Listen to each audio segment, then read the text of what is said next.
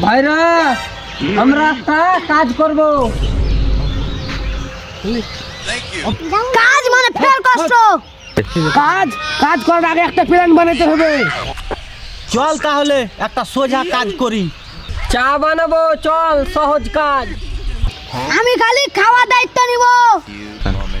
না না, আগে আমি ইউটিউবটা দেখে লি।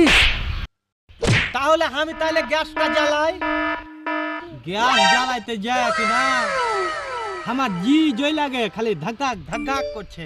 ওই লাগে না, চলেছি, গ্যাসটা আর জ্বললো না। চুরি না দিয়ে মামা নিব।